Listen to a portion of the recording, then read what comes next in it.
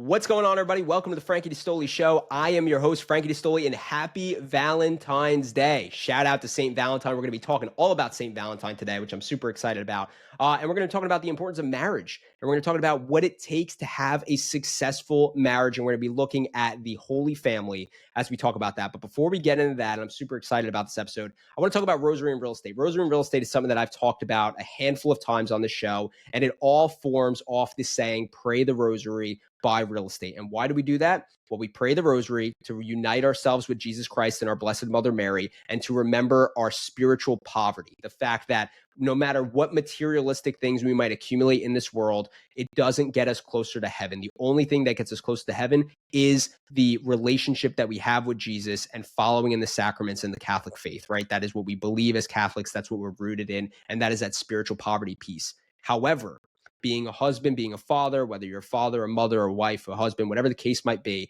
when we have a family, we are also, given the responsibility to provide for them, to protect them, to lead them. And that provision part of it, as someone who is a real estate investor, I believe that it's very, very important for us that we provide for our family financially as well, right? That's all part of that piece. So when we talk about buying real estate, we're talking about building generational wealth that we can pass on to our children, to our grandchildren, and not only just pass on faith, which is the most important, but also pass on financial freedom and financial literacy as well. And that is what the Rosary and real estate community is all about. And I am hosting our first ever in-person event on February 18th. It was supposed to be February 11th on Our Lady of Lourdes feast day. However, we did get hit with some inclement weather. We had some snowstorm kind of noise going on, and it definitely did snow. And I didn't want a lot of people driving out in that weather. Obviously, safety is the number one priority. So we pushed the event to February 18th. So if you're listening to this before February 18th, you can still make it.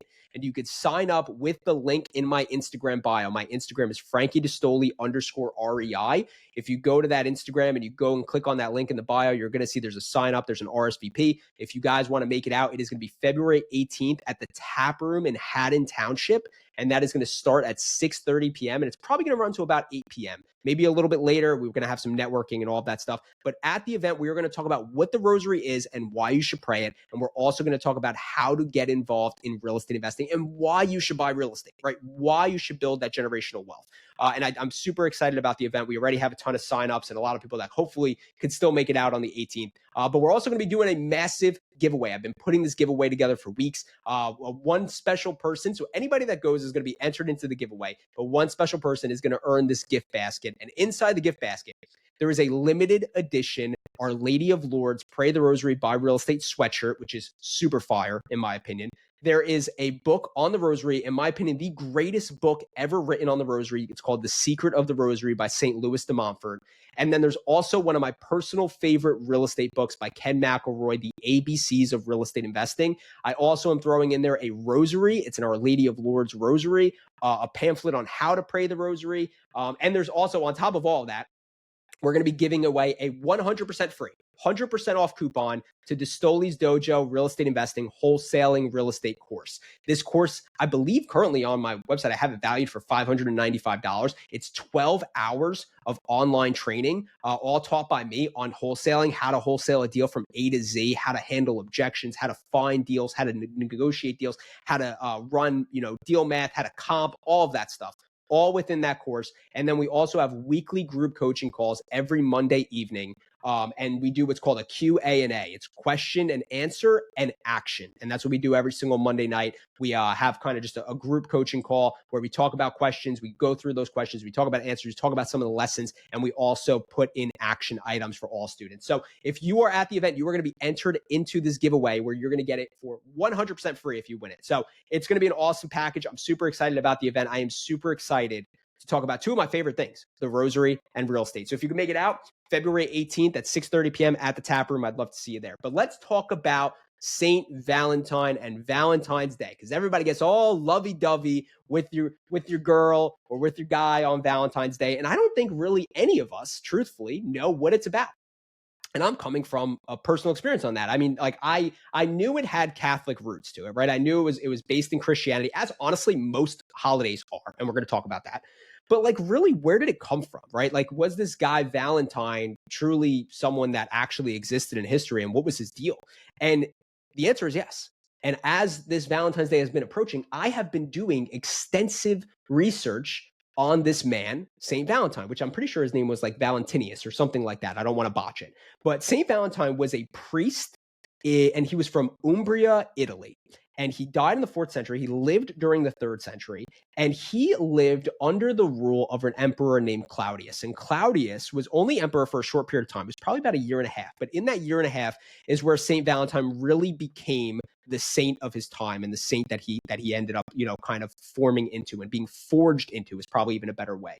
But as he was living in Umbria, as he was a priest, at least that's what the saying goes. Some people might say that he was a bishop, or I'm sorry, or a deacon. But he was in Umbria. He was doing his priestly duties, and as Claudius II was ruling in Italy, he banned marriage. That was the thing. He was banning marriage. The reason that was because Claudius was at war, and there was some sort of I don't know if it was an unspoken rule or it was an actual law, whatever the case might have been, that if you were married, you couldn't go to war, which in truth, I don't necessarily agree with. I think there's a significant importance, obviously, of marriage and procreating and, being a family unit. But at the same time, if your nation needs defending, you get called to war, you got to go to war sometime. But long story short, there was this rule that, if that was the case, you weren't going to war. So Claudius said, I'm banning marriage. We're throwing it out the window because we need soldiers. And St. Valentine saw this, and he knew that this was wrong. And there's a reason this is wrong, because this goes against God's natural law. And the natural law is that we need to enter into the sacrament of marriage, right? If we are not called to some sort of priestly duty or, some sort of religious vocation, then we need to enter into marriage. That's part of God's natural law and then the way that things, kind of the order of things. So Valentine saw this as a direct offense against God's natural law. And he went there, he went to Rome, and he started marrying people in secret. And on top of that, he was converting people to Christianity as well. And of course, this is a big no-no in the eyes of Claudius, right? But from a Catholic perspective, we could turn around and be like, was this guy a lawbreaker? Was Valentine a lawbreaker? But the answer is no, right? If Claudius was like, I need to up the tax because we're at war, and Valentine was in the streets saying, stop taxing us, and he was breaking the law and telling people not to, pay their taxes, it's a different story. But Claudius is breaking the natural order of things, and St. Valentine sees this and says, this needs to stop. So I'm going to do what I got to do. And he's going on the DL, and he's, marrying people, and he's getting people to, form this union between man and woman and this holy sacrament of marriage. So of course, Claudius finds this out, and he, brings him to Rome or wherever he was, and he ends up locking him away. And Valentine goes before this judge, and Valentine, just being the natural preacher that he is, he starts preaching the gospel to this judge. And the judge pretty much says, I want you to prove what's in this gospel. And he brings an adopted daughter to Valentine, and the adopted daughter is blind, right? And this is a story. This is a little bit of a side story. I don't necessarily know the total truth in all of this, but supposedly Valentine puts his hand on her, and immediately she is healed. She could see. And because of this, there's a whole, fit that goes on or whatever, and they still sentence Valentine to death, right? They literally give him the death penalty. And supposedly, as this is all going on, he writes a letter to the girl that he healed that was blind and now can see, and he signs it, truly your Valentine, or something along those lines. And that's kind of how this whole thing came about, of giving someone a Valagram, or, writing I'm your Valentine, or will you be my Valentine, things along those lines. But long story short, they send Valentine to be killed. And from what I understand, St. Valentine is a martyr, which means that he died for the faith. He would not deny Jesus Christ. He said that, I believe. And usually with martyrs, they say, renounce your belief in Jesus Christ and you'll be saved. And a martyr says, absolutely not. I believe in Jesus. I believe in the Holy Trinity. I believe in heaven. And that's where I plan on going, God willing. And then they get killed. And that's exactly what happened with Valentine. He was beheaded on February 14th. His head was literally cut off in 269. So on February 14th, in the 4th century, was when St. Valentine's Day actually became a feast day and a day that was celebrated. And the reason why it was celebrated was A, to remember how great St. Valentine was, but B, to also remember the beauty of Christian marriage, right? The beauty of, this love and this affection that St. Valentine understood and just really, really was so passionate about, that he went on the down low and started marrying people and died for what he was doing. And that is what February 14th was supposed to be all about. It was supposed to be the remembrance of a great saint who believed in the faith and the sacrament of marriage, and believed in the love of Jesus Christ and his church, right? And I heard like a really, really great saying about marriage, right? And I'm going to quote it here. Marriage is a holy parable for the love of Christ towards his church, right? And when we think about this, Christ gave his life for the church. And that is what every husband should be willing to do for his wife. And St. Valentine knew that. He understood that.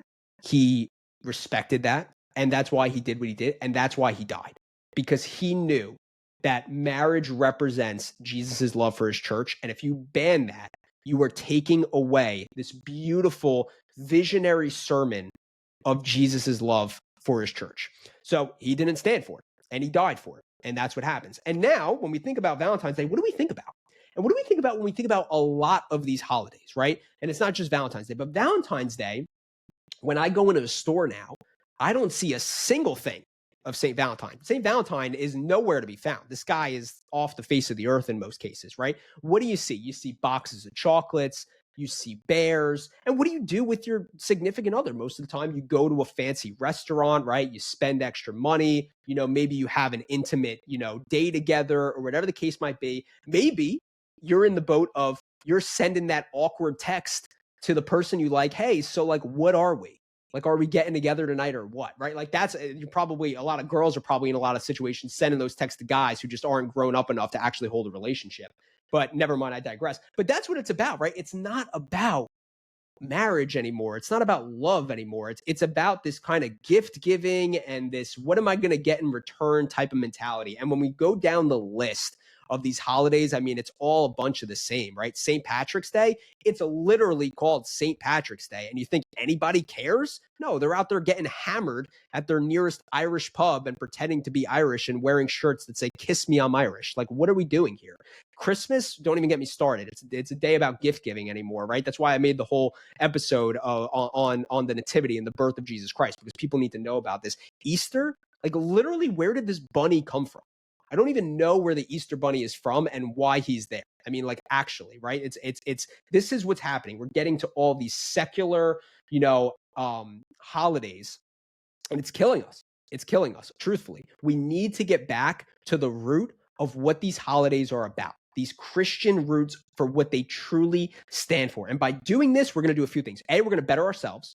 We're going to better our family, right? Think about it. If I am celebrating Easter and my daughter sees a bunch of Easter bunnies around and she sees baskets, what does she think it is? She thinks it's about gifts. So she wakes up on Easter morning and she's excited about gifts, which as a kid I understand. But we need to have crosses, right? We need to talk about the importance of Lent. We need to talk about, why we celebrate Easter. And these things need to go on within our families, right? Because A, like I said, it's going to better ourselves. B, by doing that, we better our families, which in turn betters our community, which in turn betters our nation, which in turn betters the world, right? And there's so much talk going on about, oh, we need to do this for the world. We need to do this for, no. We need to start within our families. And it starts on basic things like this. It doesn't have to be massive, massive movement. It is a simple thing, such as recognizing that Valentine's Day is a day to remember the sacred gift of marriage, that Saint Valentine was beheaded because of his love for Jesus Christ and the fact that he believed so significantly that we should be able to have the sacrament of marriage so that we are more united with Jesus' love for his church. That is the baseline of it. And meanwhile, we're out here getting boxes of chocolates and trying 4 different Godivas. But anyway, we need to get back to the roots of this. We need to get back to that so we understand the reasoning behind these holidays. And as I had mentioned, Valentine's Day really should be about relationships. It should be about love.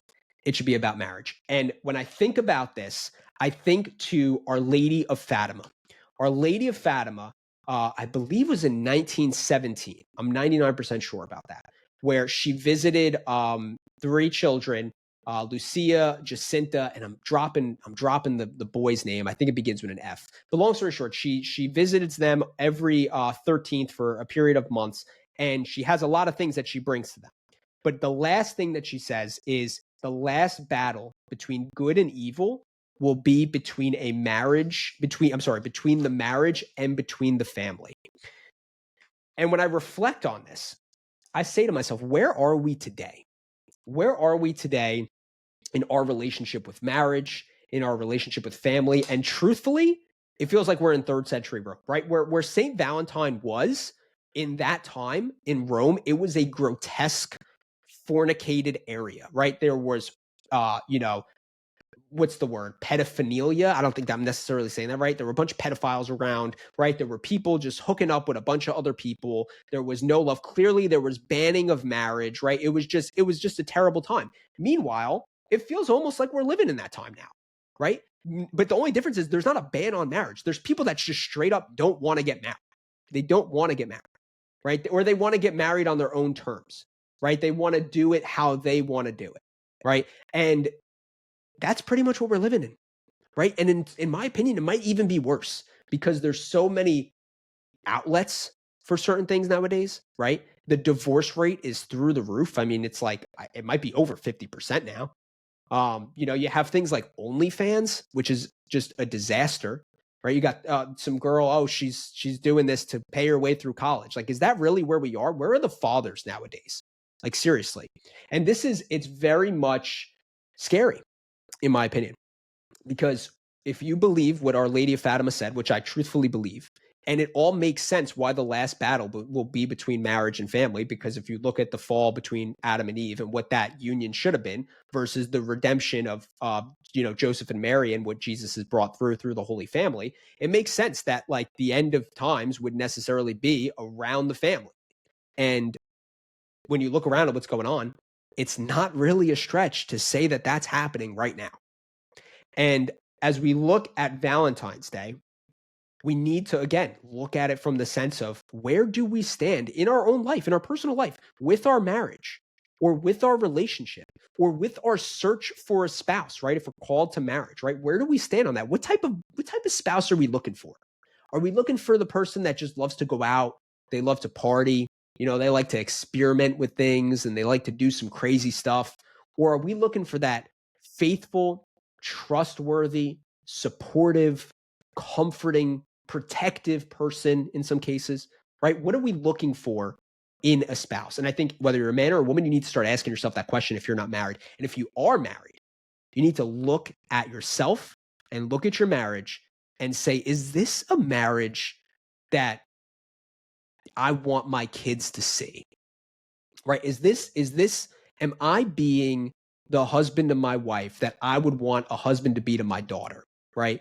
Or is from my wife's perspective, is she being the wife that she would want a wife fit for her son? Right? Things along those lines. We need to start looking at it from that lens, and we need to start taking this stuff seriously, and we need to stop this kind of selfish love that's going on. So, I want to try to keep this episode necessarily as short as possible for today, but I think when we're talking about marriage, we're talking about love, we need to look to the model parents, the model marriage. We need to look to the Holy Family. And that is our Blessed Mother Mary and Saint Joseph. We need to look to these two. And if you follow me on Instagram, I've been posting a handful of stuff about Saint Joseph. I'm 6 times consecrated to Saint Joseph. Saint Joseph is my patron saint is what I refer to him to. I mean, I go to him all the time. He's constantly providing for me, and I have a great devotion to our Blessed Mother. And my wife has a probably even better devotion than I do to our Blessed Mother. And they've just very, very much been involved in my marriage, and I try to emulate them on all levels.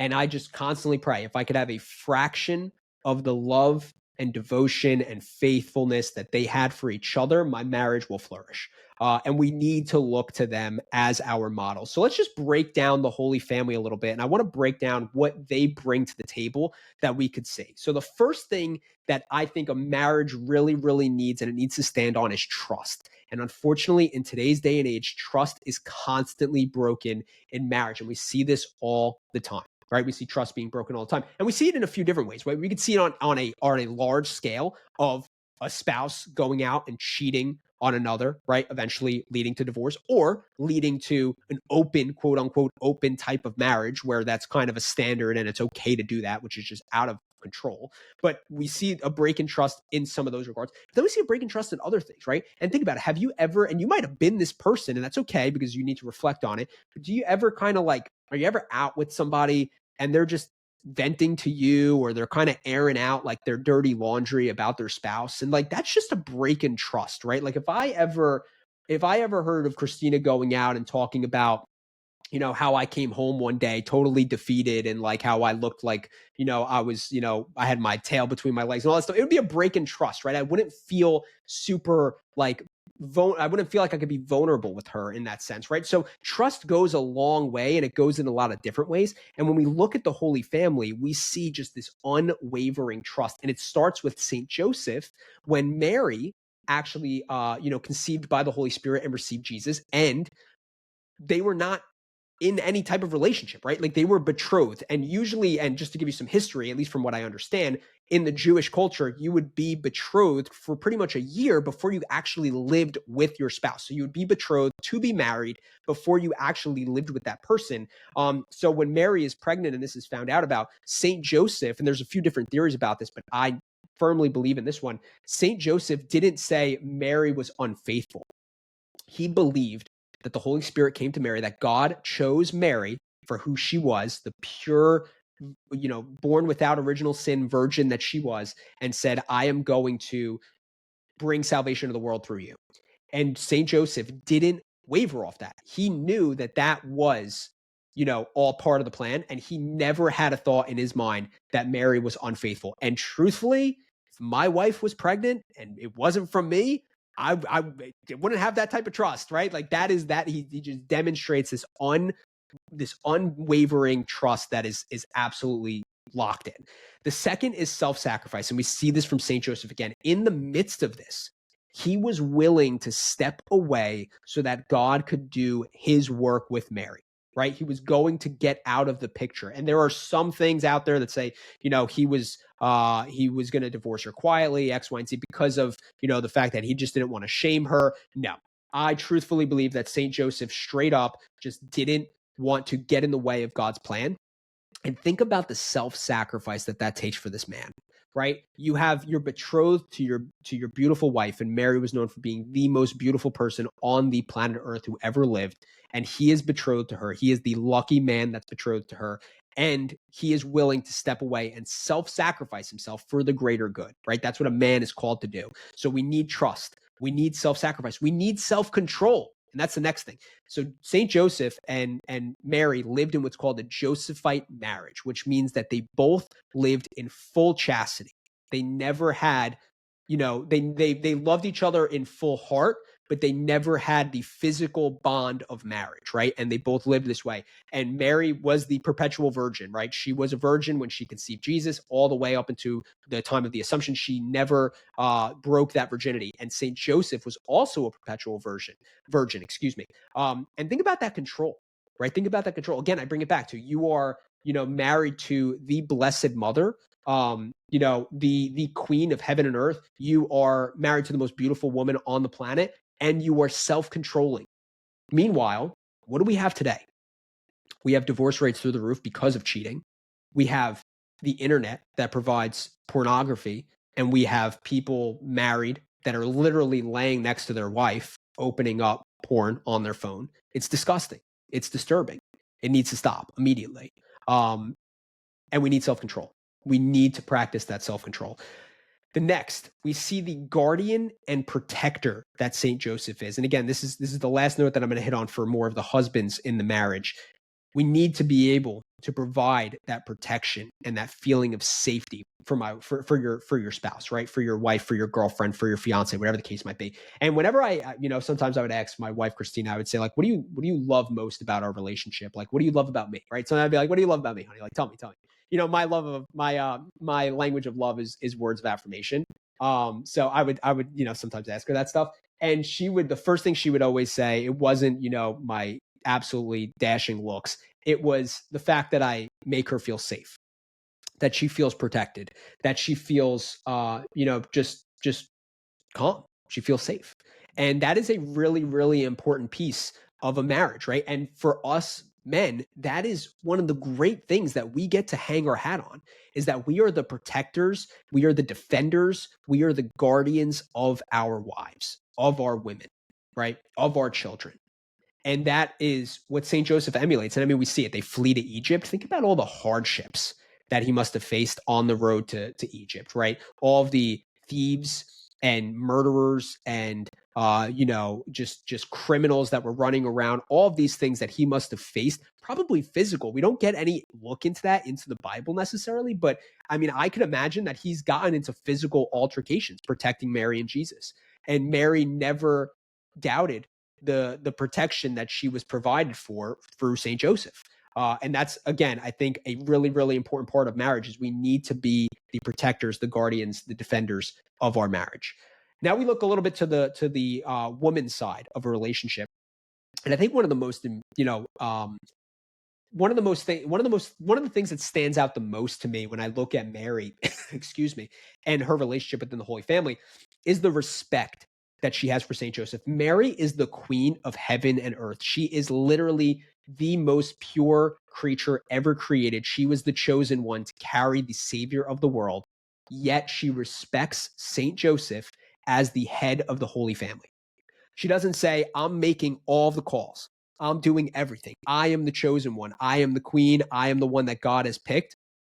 She understands her role in a family dynamic. And at the end of the day, that's it. It's all about roles, right? It's all about that. We have a role as a husband. There's a role as a wife. There's a role for children. This is all stuff that God talks about. And this is all stuff that he gives to us and he puts in place for us. And Mary gets that role. She understands that. She respects who Saint Joseph is and his role as the head of the Holy Family. And I think as a husband, as a boyfriend, as a fiance, one of the things that we look for the most is that respect factor, right? Does our woman respect us in that way? Do they respect the person that we are? Do we respect what we do and the sacrifices that we make?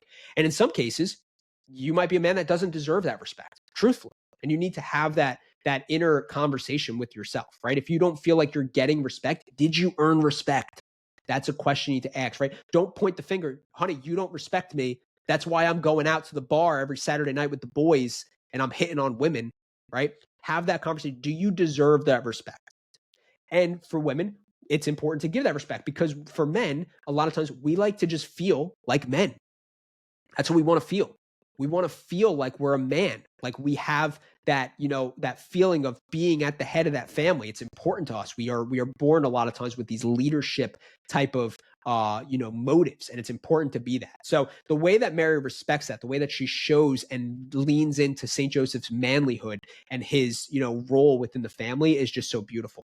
The next part on that is really her support, and really Saint Joseph, his safe haven is Mary. And I just like to reflect on kind of their life in Nazareth a lot of the times of how he probably had some really hard days at work, as a carpenter, just trying to make money to provide for those that are entrusted to him, Mary and Jesus, and just coming home sometimes just feeling defeated. And I can relate to that. I 100% relate to that as an entrepreneur, as a real estate investor, as a business owner. And Mary was that safe haven. She is the comforter of the afflicted from the Litany of Loretto. And she was there for Saint Joseph through those challenging times. She was there for Saint Joseph when he was tired, when he was hurting, and he needed that kind of refuel and that re-energizing. That was Mary for him. And I love that support. And that's, I think, what, as a husband and a wife, we're always called to support our spouse. And the last is she is the queen that he fights for.